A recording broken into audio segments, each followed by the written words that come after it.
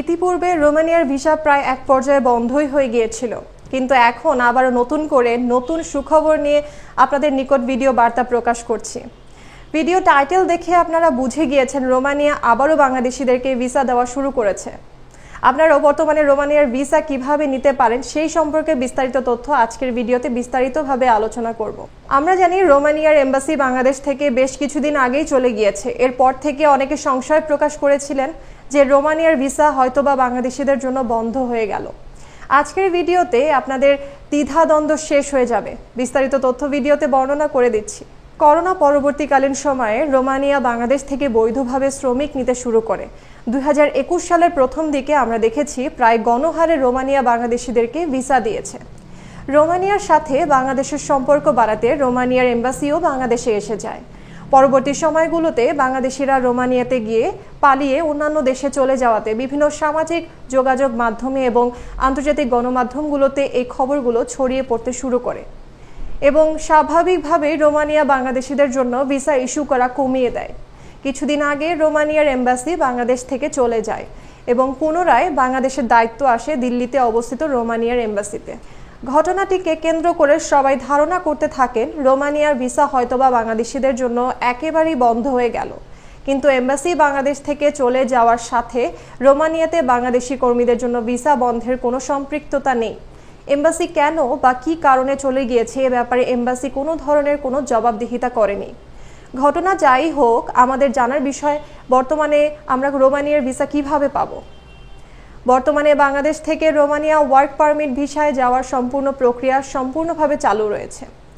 এই প্রক্রিয়ার বিকল্প কোনো প্রক্রিয়া চালু নেই।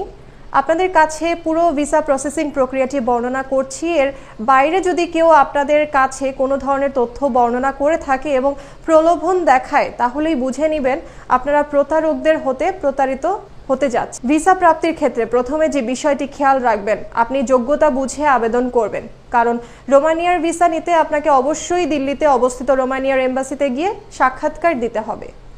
বর্তমানে আপনি বাংলাদেশ থেকে কনস্ট্রাকশন বা নির্মাণ কাজের শ্রমিক হিসেবে অথবা ফ্যাক্টরিতে লেবার হিসেবে অথবা রেস্টুরেন্টের হেল্পার হিসেবে খুব সহজে ভিসা নিতে পারেন। যেহেতু খোলা রয়েছে, সকল সেক্টরে আপনারা আবেদন করে যেতে পারবেন, কিন্তু নিজের যোগ্যতা বুঝে আবেদন করলে আপনাদের ভিসা প্রাপ্তির সম্ভাবনা অনেকটা এগিয়ে যাবে। যেমন ধরুন, আপনি যদি নির্মাণ কাজের ভিসার জন্য আবেদন করেন, তাহলে এম্বাসিতে যখন আপনি সাক্ষাৎকারের জন্য যাবেন, আপনাকে একজন নির্মাণ শ্রমিক হিসেবেই সাক্ষাৎকার নেওয়া হবে। তারা ধরে রাখবে আপনি ইংলিশে অতটা দক্ষ নন বা আপনার অন্য কোনো ধরনের যোগ্যতা নেই। অপরদিকে ধরুন, আপনি রেস্টুরেন্টের ভিসার জন্য রোমানিয়াতে আবেদন করছেন। রোমানিয়াতে আবেদন করার পরে ওয়ার্ক পারমিট আপনার ঠিকই আসবে। এম্বাসিতে সাক্ষাৎকারের সময় গিয়ে আপনি যে একজন রেস্টুরেন্টের দক্ষ কর্মী এ ব্যাপারে তারা নিশ্চিত হওয়ার জন্য নানান ধরনের প্রশ্ন সাক্ষাৎকারের সময় আপনাকে জিজ্ঞাসা করবেন।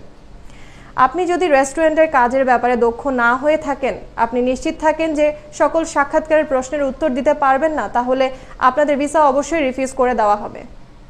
ইউরোপের ভিসা রিফিউজ হওয়ার মূল কারণটি এখানেই। আমরা না বুঝে নানান রকম চটকদারি বিজ্ঞাপন দেখে একটা না একটা কাজে আবেদন করে বসি, যে কাজের যোগ্যতাই আমাদের নেই।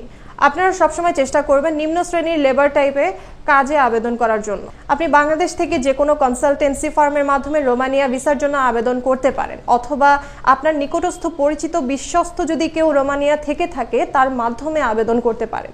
এক্ষেত্রে সবসময় সতর্ক থাকবেন আপনার ওয়ার্ক পারমিটটি একজন ইমিগ্রেশন লয়ার যেন প্রসেস করেন, কারণ তারা এই বিষয়ে অভিজ্ঞ।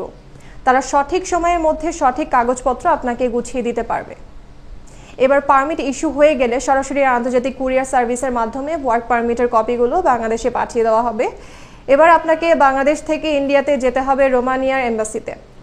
এখনও নানান ধরনের প্রতারক চক্র নানান রকম প্রলোভন দেখায় যে রোমানিয়ার ভিসা নিতে ইন্ডিয়া যেতে হবে না, আপনি এখানে জেনে রাখুন কোনো ধরনের বিকল্প কোনো রাস্তা নেই আপনি সরাসরি নিজে না যাওয়া পর্যন্ত। এর আগের ভিডিওগুলোতে আমরা যথেষ্ট তৎপরতার সাথে এই বিষয়গুলোকে বুঝিয়েছি। আপনাদের বলেছিলাম এরপরও বাংলাদেশ থেকে প্রায় 300 কর্মীদের কাছ থেকে জাল ভিসা দেখিয়ে কয়েক কোটি টাকা জালিয়াতি করে নেওয়া হয়। এম্বাসিতে সাক্ষাৎকারের সময় আপনাকে যে কাজের ভিসা এসেছে সেই কাজ সম্পর্কে সাধারণ কিছু তথ্য জানতে চাইবে।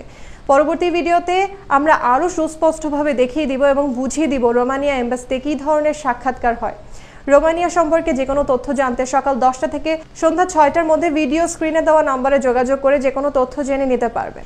এবার আপনি দিল্লিতে থাকা অবস্থায় রোমানিয়া এম্বাসি হতে আপনার ভিসা পেয়ে যাবেন। এই ভিসা প্রাপ্তির পরে আপনি সরাসরি দিল্লি থেকে রোমানিয়াতে ফ্লাই করতে পারবেন, কিন্তু এটা সম্পূর্ণ বৈধ প্রক্রিয়া হবে না। বৈধ প্রক্রিয়া হবে আপনি রোমানিয়ার এম্বাসি হতে ভিসা গ্রহণ করে বাংলাদেশে পুনরায় ফেরত এসে সরকারিভাবে 3 দিনের ট্রেনিং গ্রহণ করে ফিঙ্গারপ্রিন্ট দিয়ে ম্যান পাওয়ার কার্ড গ্রহণ করে বাংলাদেশ থেকে রোমানিয়াতে ফ্লাই করবেন। এটি হচ্ছে একমাত্র বৈধ প্রক্রিয়া।